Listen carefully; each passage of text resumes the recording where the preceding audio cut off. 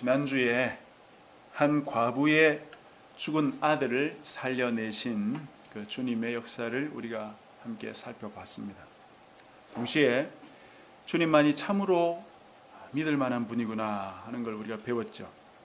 모든 권세를 가지고 계시고 어떤 병이라도 능히 치유하실 수 있고 귀신도 쫓아내시고 나가 죽은 자도 살리시는 분이 바로 예수님입니다. 그렇다고 모든 병자를 치유하시거나 모든 죽은 자를 다 살려내신 것이 아니고 선별적으로 그런 역사를 하심으로써 자신이 누구인지를 예수님께서 보이셨죠. 예수님은 우리의 구주시고 우리의 어떤 시험에도 능히 함께 하시고 도우실 수 있는 그런 마음과 능력을 가지신 분이죠. 이분을 우리가 잘 배우고 깨닫고 믿기에 힘써야 합니다. 그런데 또 생각해 볼 것이 있습니다. 우리가 예수님의 은혜와 사랑을 깨닫고 그분이 하나님의 아들이시요 또 이 땅에 오신 그리스도이심을 믿고 고백하고 믿음으로 받아들였다 해도 그 믿음이라는 것이 늘 흔들림 없이 견고한 것은 아니라는 사실입니다. 제가 얼마 전에 여러분께 철로역정이라는 그 책을 소개시켜 드렸습니다. 여러분이 꼭 2부까지 그 책을 다 정독해 보시기를 다시 한번 추천드리고요. 더불어 그분에 대한 소개서를 쓰신 분이 있어서 제가 요즘 그 책을 좀 보고 있는데요. 존 버년의 순례자 영성이라는 책입니다. 영국의 피터 모든이라는 목사님이 쓰신 책인데요. 거기 보면 존 버년이 어떤 사람이었는지 그의 인간적인 면모를 잘 풀어놓았습니다. 이 존 버년이 어릴 때부터 아주 심한 욕쟁이였다고 합니다. 욕을 너무 많이 하던 습관이 남아있어가지고 예수님을 믿고 회심한 이후에도 그것 때문에 오랜 기간 동안 참 힘들었답니다. 예수님을 믿고 나서는 욕을 하면 안 된다는 생각은 있는데 그게 자기 생각처럼 잘 되지 않았던 거죠. 계속 머릿속에 욕이 떠오르고 마음속에서 욕을 하고 있었다는 거죠. 그래서 그것 때문에 영적인 침체도 꽤 오랜 시간 겪었다고 해요. 영적으로 최고의 기쁨을 맛보다가도 어느새 마치 자신이 수갑에 차여서 감옥에 끌려가는 듯한 그런 영혼의 절망을 느꼈다고 하는 것입니다. 그의 철로역정을 보면은 그런 모습을 잘 이렇게 알아보기가 힘든데요. 철로역정에는 오히려 하나님 백성들을 잘 이끌어주는 전도자처럼 그렇게 보이죠. 그런 것이 그냥 된 것이 아니고 이런 오랜 기간 동안의 영적인 고통과 부침, 물에서 올라왔다 내려갔다 하는 그런 부침을 겪은 이후에 가능했다 하는 것이겠죠. 그러나 결국 그 부침으로부터 해방되고 참으로 거룩한 하나님의 자녀와 용사가 되어서 지금까지 책을 가지고 많은 이들 그 철로역정을 걸어갈 수 있도록 도전하고 있지 않습니까? 오늘 본문의 내용은 바로 이 세례 요한의 침체라고 볼 수 있어요.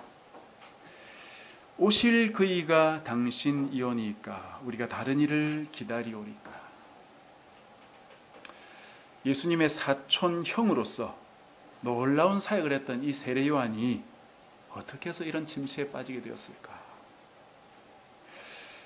요한이 어떤 사람인지를 살펴보면 그가 이 영적인 침체에 빠졌다는 건 진짜 이해가 어려울 정도거든요.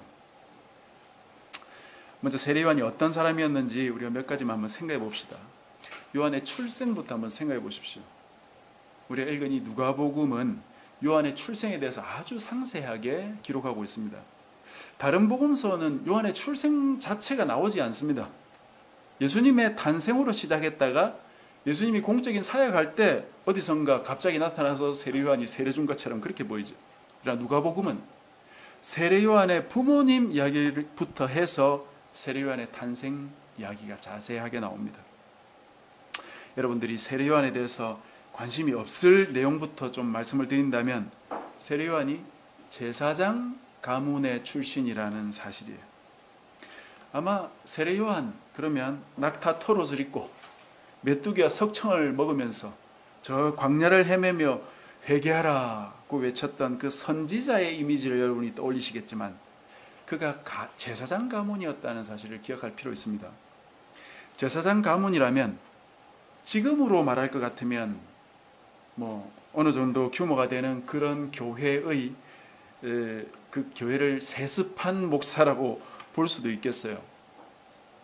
광야를 헤매며 회개하라고 촉구하는 그런 삶을 살지 않고 가만히 앉아서 주일 설교만 해도 성도들의 헌금을 통해서 얼마든지 자기가 살아가는데 문제가 없는 그런 사람이라는 거예요. 그런 그가 하나님의 종이 되기로 자처하고 그리스도 오시는 길을 예비하기 위해서 안락한 삶을 포기하고 광야의 삶을 선택했다는 점을 생각해 본다면 그는 참으로 충성스러운 하나님의 종이었다, 그런 생각을 할 수 있죠. 또 하나 세례 요한의 출생 소식을 보면은 가브리엘이라는 천사가 와가지고 알려주었다 하는 점은 예수님하고도 동일하죠. 이 천사가 바로 예수님의 탄생을 알렸던 그 동일한 천사입니다. 그러니 이 세례 요한은 보통 사람과는 좀 급이 다른 사람이에요. 우리 같은 범인들이야 기껏해야 태몽을 꿨느니 못 꿨느니, 좋은 꿈이 있으면 내가 그걸 내 태몽으로 사겠느니 그런 소리 하면서 태몽을 중시하지만, 세례 요한은 하나님께서 직접 보내신 천사가 출생 소식을 알릴 정도로 굉장히 중요한 인물이었다는 사실이죠. 그리고 이 사실은 굉장히 놀라운 일이에요. 왜냐하면 구약의 마지막 선지자였던 그 말라기가 말라기서를 기록하고 나서부터 예수님이 오실 때까지 약 400년간 하나님께서 어떤 계시도 하지 않으셨기 때문에, 어떤 선지자도 보내지 않으셨고 어떤 예언도 없고 어떤 하나님의 역사도 성경에는 기록되어 있지 않습니다. 물론 성경 밖에 어떤 일반 역사나 또 외경에 보면은 중요한 사건이 여럿 나옵니다. 이때 페르시아가 지나가고 또 헬라 같은 제국도 지나가고요, 로마 같은 제국이 다시 서는 이런 역사도 있거든요. 또 유다가 독립을 쟁취했던 그런 사건도 있기 때문에 일반 역사에서는 이 기간을 신구약 중간사 이렇게 이야기합니다.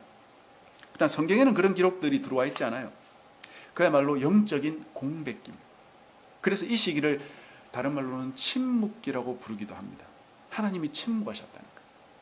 400년 동안 그 어떤 하나님의 계시나 역사도 볼 수 없던 암흑기를 뚫고 지금 이 가브리엘이 하나님의 보내심을 받아서 한 사람의 출생을 알리고 있으니까 이게 얼마나 경사스러운 일이냐 하는 거죠. 하나님께서 자기 백성에게 다시 오신 거예요. 실로 이 세례 요한의 출생을 알리는 누가복음의 초반의 기록들을 보면 기쁨과 환희가 가득 차 있어요. 천사가 성전 안에서 분향하고 있던 그 요한의 아버지 사가랴에게 나타나서 이렇게 말합니다. 누가복음 1장 13절부터 나오는 내용인데, 사가랴여 무서워하지 말라. 너의 간구함이 들린지라. 내 아내 엘리사벳이 내게 아들을 낳아주리니 그 이름을 요한이라 하라.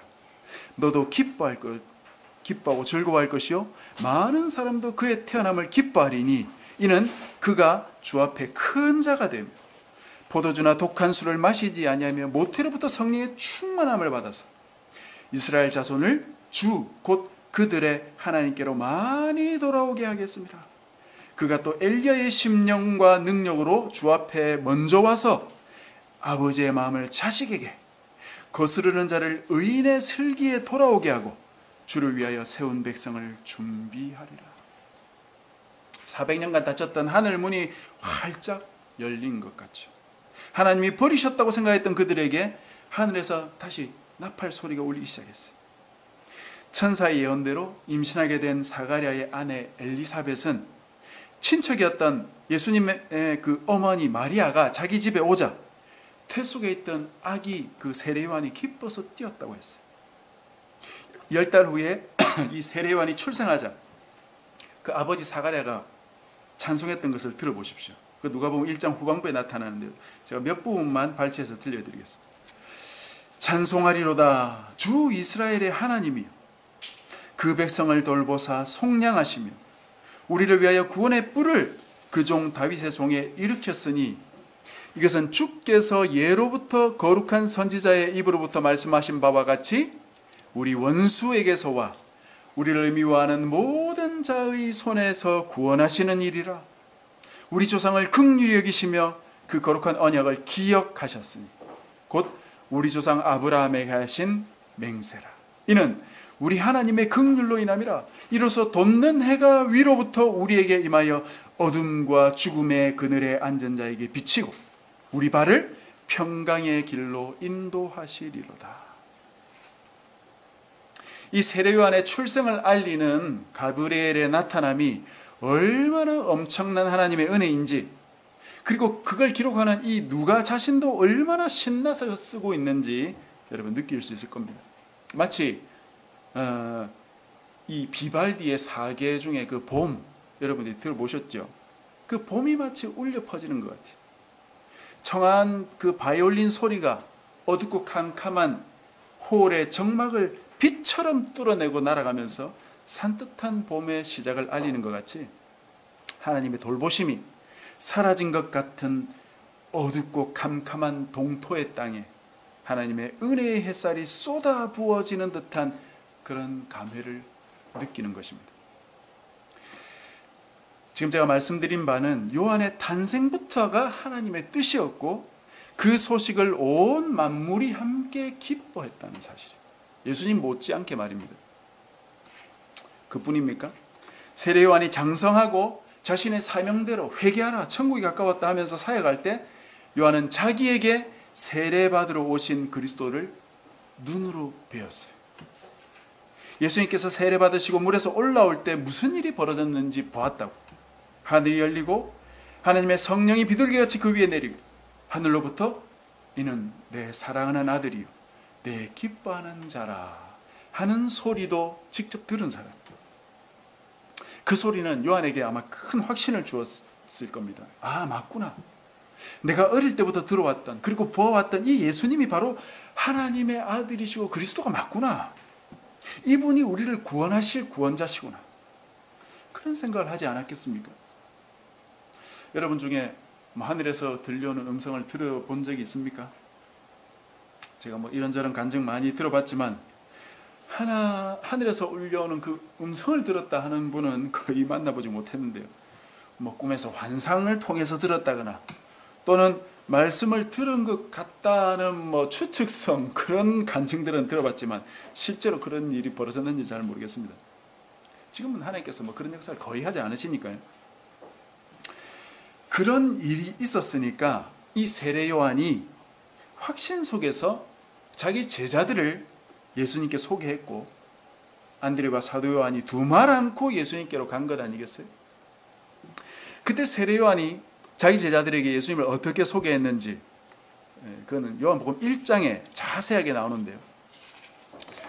이 사람이 자기 그 가문이 제사장 가문 아니랄까 봐 예수님에 대해서 아주 핵심만 잘 요약해서 말합니다. 보라, 세상 죄를 지고 가는 하나님의 어린 양이로다.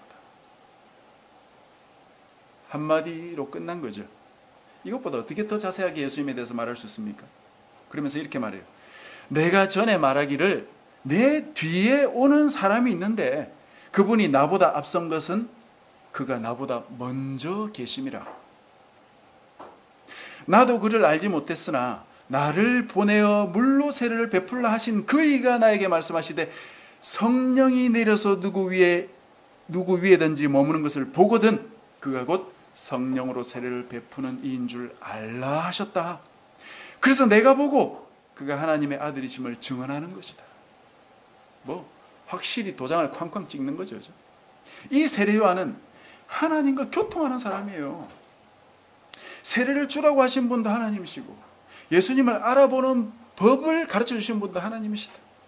그 하나님 말씀대로 다 이루어졌기 때문에 내가 이분이 그리스도라는 걸 확신 있게 너희들한테 가르쳐 준다. 그렇게 말했다는 것이에요. 요한은 예수님이 메시아라는 것을 확실하게 알았던 사람입니다. 확신이 없다면 그 당시 지도자들에게 손가락질하면서 독사의 자식이라고 말하면서 당신들은 도끼가 나무 뿌리에 놓였으니까 당신들은 그 도끼에 찍혀 넘어질 것이다. 그런 심판의 말씀을 선포할 수 없어요. 다른 사람 눈치나 보면서 이리저리 기웃거리는 기회주의자나 되지 확신이 없으면 그런 거 못합니다. 그래서 이런 요한의 증언을 듣고 그의 제자들도 예수님께로 갔고, 또 많은 사람들도 예수님을 따르면서 예수님을 따르는 사람들이 상당히 많아진 거죠. 그러니까 요한의 제자들이, 선생님, 저번에 선생님이 말씀하시는 그분이 세례를 주니까 사람들이 다 그리로 가더라고요. 그렇게 말했어요. 그랬더니 요한이 뭐라고 했습니까? 신부를 취하는 자는 신랑이나, 내가 지금 그 들러리로 서 있는데, 신부를 취하는 사람은 신랑이나 서서 신랑의 음성을 듣는 친구가 크게 기뻐하나니 나는 이런 기쁨이 충만하다. 그는 흥하여야 하겠고 나는 쇠하여야 하리라. 이런 사람이 요한이었어. 이런 신실한 백성을 보면 하나님께서 얼마나 기쁘시겠어요. 하나님을 믿어도 이리 삐뚤 저리 삐뚤 하면서 제대로 믿는 사람들이 거의 없는데, 정말 세례 요한은 대단히 모범적으로 하나님을 믿는 하나님의 백성이었고, 자기 자신을 신실하게 하나님께 드린 헌신적인 사람이었어요. 이제부터 오늘 본문의 내용을 좀 우리가 생각을 해봐야 되겠습니다. 이런 세례 요한이 오늘 본문에서 예수님에 대해서 약간의 회의가 든 것 같죠. 오실 그이가 당신입니까? 아니면 우리가 다른 분을 기다려야 됩니까? 요한의 이 질문은 예수님의 인격에 대한 의심은 아닙니다. 예수님이 위대하시고 놀라운 선지자가 분명해 하나님이 보내신 분이라는 사실도 변치 않습니다. 그러나 예수님, 당신이 성경에 예언되었던 그 메시아가 맞습니까? 라는 질문이, 예수님이 어떤 위대한 이적을 행했는지 요한이 모르는 바가 아니죠. 그런데 도대체 요한은 왜 이런 질문을 했을까요? 여기서 우리는 요한이 어떤 생각을 가지고 있었을지를 곰곰이 한번 생각해 봐야 됩니다. 먼저 지금까지 말씀드린 바와 같이 요한이 예수님을 선지자, 어쩌면 메시아로 생각했을 것 같은데, 문제는 그가 왜 자신의 일부 제자들만 예수님께 보내고 자기 자신은 예수님을 따르지 않았을까요? 만약 예수님이 진정 메시아라고 생각했다면 요한의 성격상 모든 걸 버리고 예수님을 따르지 않았을까요? 예수님이 정말 하나님의 아들이요 기다리는 메시아라고 믿었다면 왜 일부 제자만 보내고 자신은 안 갔냐 이거예요. 안 갔을 뿐 아니라 자기 사역을 계속하고 있었어요. 자기 말대로 자신이 예수님의 길을 예비하는 사명이 있는 사람이라면 그분이 오시면 그분께 자리를 비켜드리고 그분이 모든 사역을 하시도록 자신은 사라져야 하지 않았겠습니까? 어쩌면 세례 요한은 자기 사역을 하면서 예수님을 지켜봤을지 모르겠어요. 그러면서 예수님이 대단한 사역을 하시는 선지자는 분명한데 내가 기다리던 메시아는 아닌 건 아닌가, 그런 생각을 했을지 모르겠어요. 그렇지 않다면 이런 요한의 행동은 좀 이해가 잘 안 간다 이거죠. 그러니 무언가 세례 요한의 기대와 예수님의 사역의 모습 그 사이에 약간의 거리가 있었던 것 같습니다. 그게 뭘까요?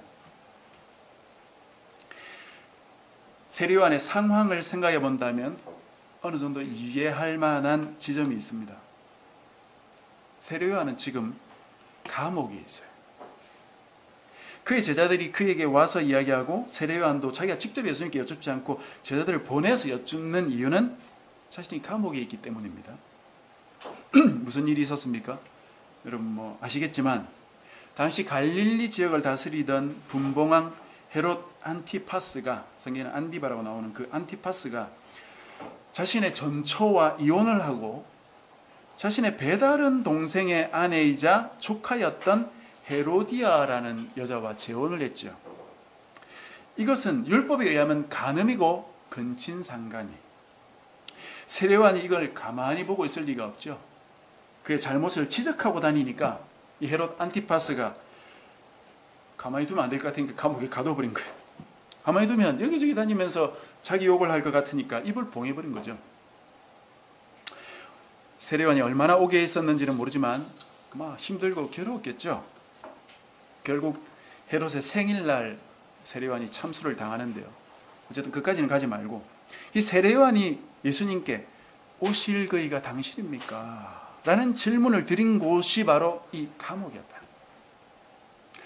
감옥에서 이런 저런 생각을 해보면서 시간이 많으니까 많은 생각을 했겠죠. 그래서 이런 말을 질문을 했을 수도 있겠지만, 또 어떤 가능성이 있었을까요? 예수님이 만약 메시아라면 왜 나를 꺼내주지 않으실까? 그런 생각 한 번쯤 해보지 않았을까요? 왜냐하면 당시에 그 이스라엘의 상황을 생각해 보면 그런 생각을 할 수 있습니다. 이스라엘 백성이 기대했던 메시아는 어떤 사람입니까? 모세와 같은 지도자죠. 애굽에 노예로 있던 그 시절에, 그 시절이 예수님이 오셨을 때와 아주 비슷합니다. 400년 넘게 노예로 애굽에 살면서 너무 힘들어서 탄식으로 하나님께 부르짖었다는 내용이 출애굽기 초반에 나와요. 그들을 하나님께서 돌보셔서 누구를 보내셨어요? 모세를 보내셨어요. 그런데 어떤 일이 벌어졌습니까? 애굽에서 탈출시켰어요. 홍해를 가르고 하늘에서 먹을 것이 떨어지고 바위에서 물이 솟아나오고, 그런 사람이 메시아의 표본이죠. 노예였던 자신들을 해방시킨 사람, 그가 메시아예요. 또 다른 메시아의 표본이 누굽니까? 다윗이죠. 다윗도 왕이 되자마자 나라가 강성해져가지고 주위에 이스라엘을 넘볼 나라가 없도록 만들지 않았습니까? 바로 이런 사람들이 그들의 머릿속에 있었던 메시아 상입니다. 한마디로 이스라엘의 메시아 상은 정치적인 해방자예요. 해방자. 예수님 당시 이스라엘은 수백 년 전에 이미 아수르, 바벨론에게 멸망을 했고, 그 뒤에 포로에서 귀환하기도 했지만 페르시아, 그리스, 로마 돌아가면서 다스리는 나라만 바뀌었다 뿐이지 식민지에 불과했죠. 이스라엘은 독립된 나라가 아니었습니다. 이들이 메시아를 간절히 기다린 이유를 얼마든지 우리가 짐작할 수 있죠. 이들이 메시아에게 기대한 것도 무엇인지 얼마든지 알 수 있습니다. 바로 해방입니다. 독립입니다. 어엿한 하나의 나라로 우뚝 서는 것이요. 메시아가 오면 그것이 이루어질 것이라고 생각했던 것이죠. 세례요한의 물음을 통해서 알 수 있는 것은 그도 역시 이런 메시아를 기대하고 있었구나 하는 점이죠. 메시아가 오셔서 외세를 몰아내고 이 땅에 하나님의 나라를 세우고 하나님의 성전을 회복하고 전 세계 위에 가장 높은 나라로 만들 것을 기대했다 이거예요.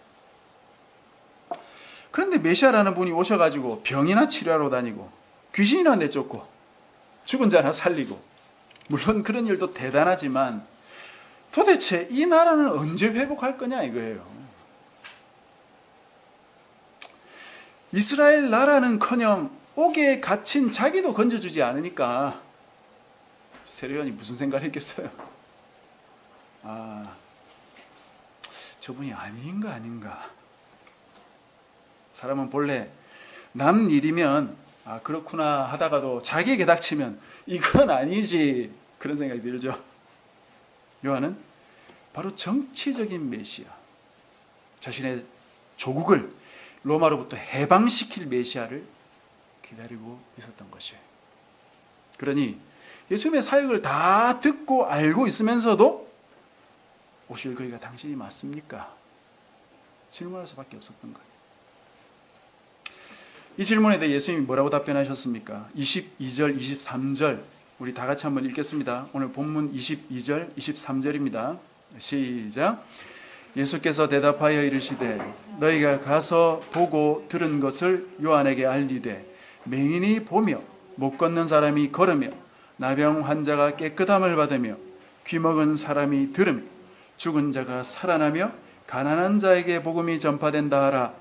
누구든지 나로 말미암아 실족하지 아니하는 자는 복이 있도다 하시니라. 예수님 지금 무슨 말씀을 하고 계십니까? 요한이 전혀 모르는 말씀을 하고 계세요? 아니죠. 요한이 다 알고 있는 말씀이에요. 그 말씀을 다시 하신 것입니다. 왜 그러셨을까요? 그걸 요한이 몰라서 그러셨을까요? 이건 사실 요한이 원하는 대답이 아니죠. 왜 예수님은 요한이 다 알고 있는 그 대답을 또 하셨을까? 세례 요한 왈, 오실 그이가 당신입니까? 우리가 다른 일을 기다려야 됩니까? 그 질문에 주님은 요한아, 성경에 뭐라고 기록되어 있냐? 메시아가 오시면 어떤 나라가 될 것이라고 기록되어 있냐? 그런 부분이 성경에 몇몇 곳에 나오는데요. 이사야서 35장도 그 중에 한 곳입니다. 광야와 메마른 땅이 기뻐하고 사막에 백합화가 피고 하나님의 아름다움을 보게 될 것이다. 메시아가 오면 두려워하지 말라. 하나님이 오사 너희를 구하시리라. 그때에 맹인의 눈이 밝을 것이며 못 듣는 사람이 들을 것이고 저는 자는 사슴처럼 뛸 것이고 벙어리가 노래할 것이다. 광야에서 물이 솟고 사막에는 시내가 흐를 것이다. 뜨거운 사막이 변하여 연못이 되고 메마른 땅이 변하여 수원지가 될 것이다. 이런 예언이 있으니까 이스라엘 백성들의 마음속에 어떤 그림이 있었을지 상상할 수 있겠지.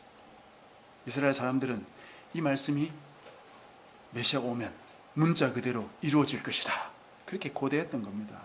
모세아 때, 다윗 때, 엘리야 때 그런 일들을 봤기 때문이죠. 문제는 요한뿐 아니라 당시 백성들이 기대했던 것은 바로 이 말씀의 뒷부분, 광야, 사막, 황무지가 변해서 옥토가 되는 그 물리적인 변화에만 관심을 가지고 있었다는 것이에요.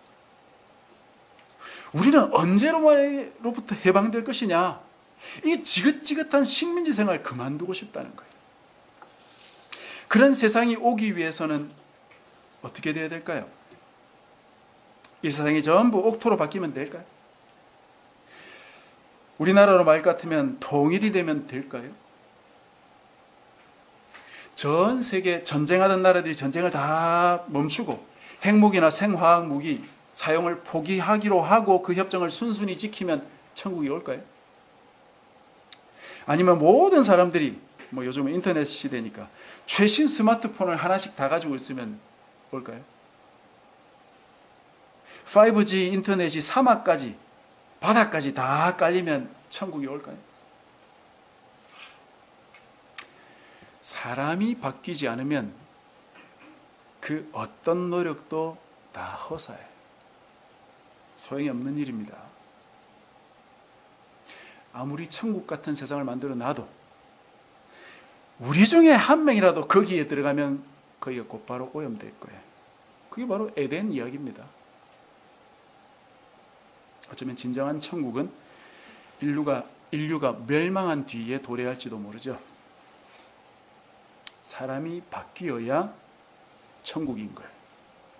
맹인이 눈을 뜨고 못 듣던 자가 듣고 못 걷던 자가 뛰고 말 못하던 자의 입에서 하나님의 찬송하는 소리가 터져 나와야 천국이지, 물리적인 환경이 바뀐다고 천국이 오는 것이 아닙니다.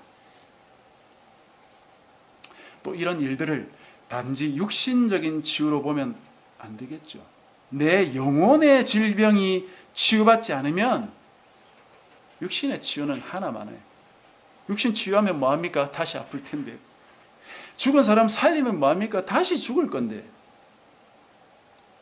식물인간으로 누워있어도 영혼이 고침받은 사람은 거기가 천국이고, 튼튼한 육체를 가진 스포츠 선수도 영혼이 병들어 있다면 그 사람은 지옥을 사는 거예요.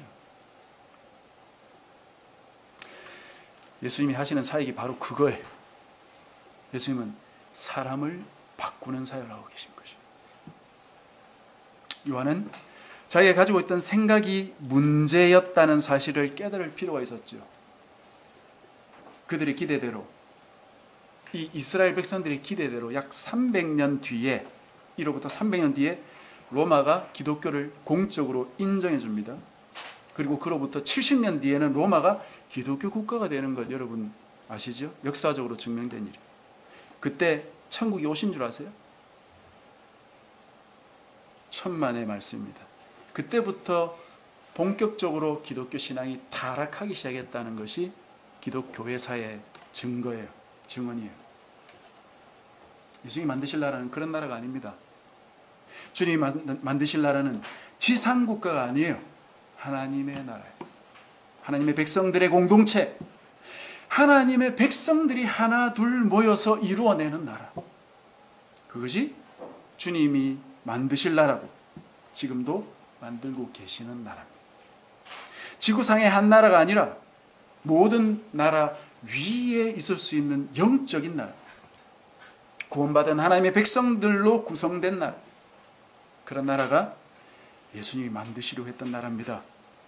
그 나라는 한 영혼 한 영혼을 세워가면서 만드는 것이지 세상을 뒤집는다고 될 일이 아니에요. 악한 세상은 하나님께서 가만히 두세요. 미국은 로마 못지않게 나쁜 나라지만 하나님이 가만히 두시죠. 이 세상의 악도 하나님이 가만히 두세요. 두시면서 하나님의 백성들을 만들어 가신다고요. 세상을 뒤집는 것은 사람을 뒤집어야 되는 것이지 나라를 뒤집어봤자 아무런 소용이 없는 일입니다. 주님의 답변은 이렇습니다. 요한아, 모르겠느냐? 잘 생각해봐라. 나는 예언된 말씀을 이루고 있는 것이다. 내가 메시아다. 다시 잘 생각해보고 깨달아라. 요한아, 깨달아야 된다. 하나님의 말씀을 머리로 아는 정도가 아니라 그 말씀을 깨달아야 된다는 것입니다. 대충 읽지 말고 하나님의 뜻을 깨닫기 위해서 온 마음을 다해서, 뜻을 다해서 열정적으로 하나님의 말씀을 읽어야 된다는 것입니다. 우리의 영적인 회복은 말씀을 떠나서 이루어질 수 없어요. 말씀을 깨달아야 됩니다.